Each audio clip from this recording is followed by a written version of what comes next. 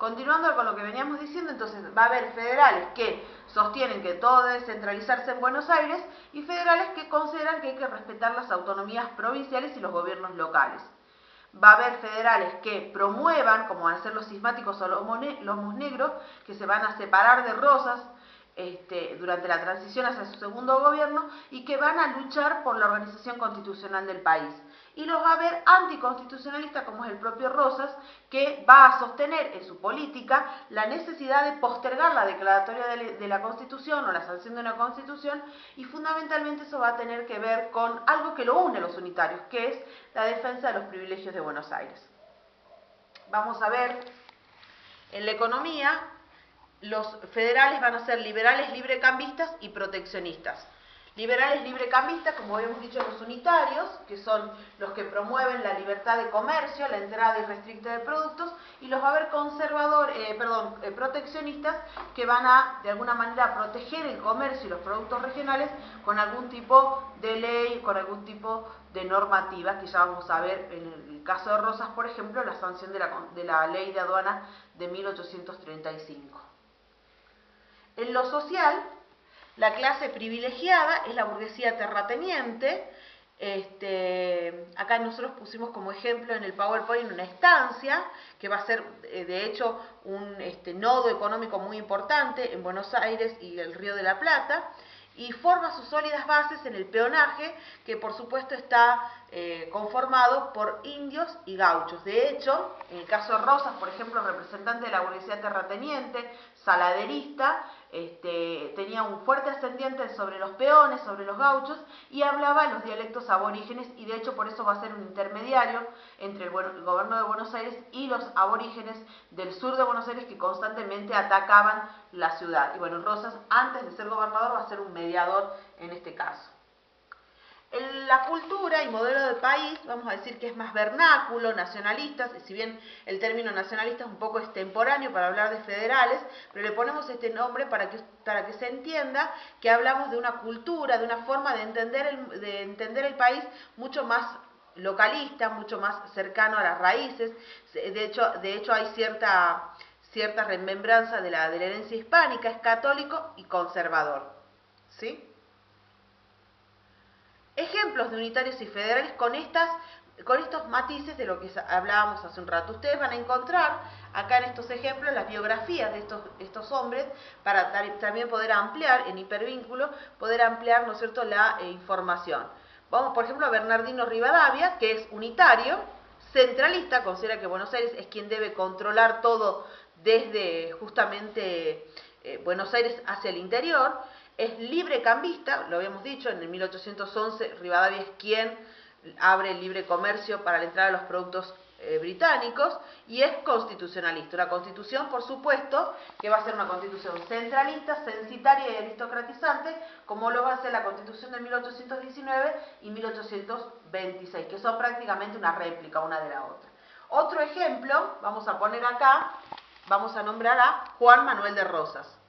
Rosas, por el contrario, es federal, pero también es centralista, igual que Rivadavia. En ese caso coinciden, es centralista porque considera que en Buenos Aires deben controlarse toda la política desde del interior, controlarse, y de hecho así lo va a hacer. Él va a controlar a López, va a controlar a Quiroga, va a vencer a la Liga del Interior y a la Liga Unitaria por medio del Pacto Federal.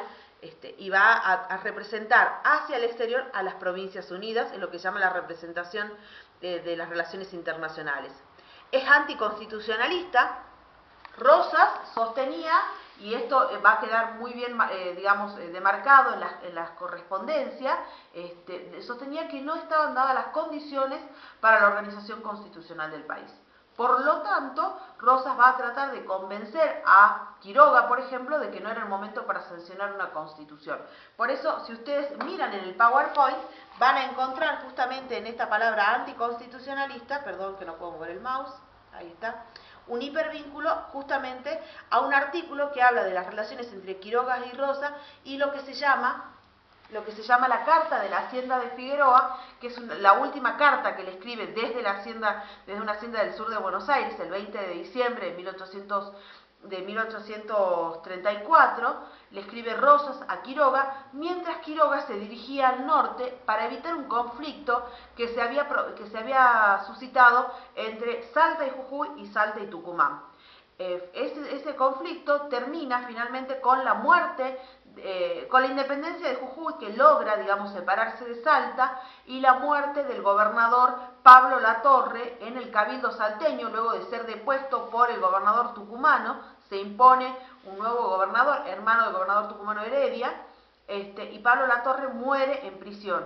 Cuando Quiroga está llegando a Santiago del Estero, que venía justamente a mediar para evitar este conflicto, bueno, le avisan que ya lo que él venía a evitar, que era el derramamiento de sangre, era imposible porque ya había muerto Pablo Latorre, el gobernador de Salta, y Quiroga decide volverse, y cuando está pasando por Córdoba, en una emboscada en el norte de Córdoba, en Barranca Yaco, muere con un tiro en el ojo izquierdo. Y bueno, las casualidades y las causalidades de la época hacen de que Quiroga tuviera en su poder la carta de la Hacienda de Figueroa, que es justamente un testimonio del pensamiento anticonstitucionalista de Rosas, que trataba de convencerlo a Quiroga, que le reclamaba de que sí debía haber una constitución. Por lo tanto Quiroga era federal constitucionalista. Bueno, tenía, como les decía, esa carta en su chaquetilla, y está justamente hoy todavía guardada en el Archivo General de la Nación, manchada con la sangre de Quiroga. Bueno, otro ejemplo que podemos mencionar es justo José de Urquiza, que va a ser el primer presidente constitucional argentino, lugarteniente de Rosas durante mucho tiempo, pero luego se opone y se pronuncia en contra de Rosas, y que, como vemos, que es federal, es constitucionalista, a diferencia de Rosas, que era anticonstitucionalista.